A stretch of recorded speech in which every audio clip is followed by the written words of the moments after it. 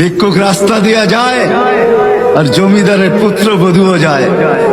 একজন সামনের থেকে আসতেছে, একজন সামনের দিকে যাইতেছে।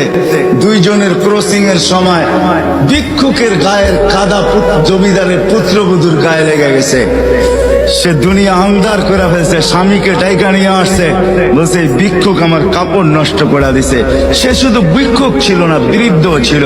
বৃদ্ধ ছিল না শুধু, জীর্ণ ছিল, শীর্ণ ছিল, শরীরে কাপড় ছিল না, ফাটা চিরা কাপড় ছিল, পায়ে জুতা ছিল না, পেটে ভাত ছিল না।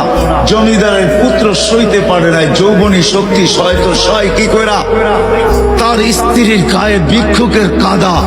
বস সমগ্র শক্তিকে হাতে জমা করা, একত্র করা বৃদ্ধের গালে বসায়। বৃদ্ধ কিচ্ছু বলে নাই, শুধু উপরের দিকে তাকায় দুই তিনটা শব্দ উচ্চারণ করছেন। শব্দগুলা হলো ইয়া মাল্লা তারা হলো ওয়ুন, ও আল্লাহ তোকে চোখে দেখা যায় না, ও তারা কুল্লা শাই তুই সব দেখিস, ফারা তারা মা বি তুই কি দেখিস না আমার সাথে কি ঘটতেছে, এটা কি দেখিস না? বলতে দেরি যুবক, মরতে দেরি হয় নাই। জমিদার চলে আসছে, প্রতিশোধ নিবে। বৃদ্ধের একদিকে মুস্কি হাসি, একদিকে বলতেছে প্রেমের খেলা এমনই হয়। জিজ্ঞাসা করছে কিসের প্রেমের খেলা রে?